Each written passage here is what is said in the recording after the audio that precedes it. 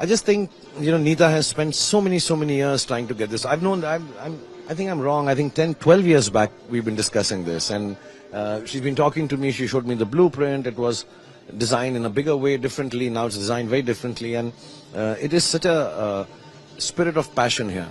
It's such a journey of passion here, and someone who's followed art herself, and we all do follow art, but we don't create something which facilitates arts.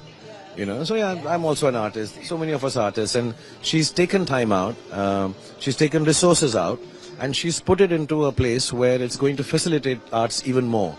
It's like the great Mr. Sachin Tendulkar teaching kids how to play, cricket.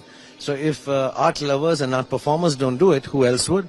We can't leave it to businessmen only. And just one word to describe tonight, if you could just do it in one word, and that's... One word would be difficult. I could say spectacular, I could say fantastic, I can say mesmerizing, but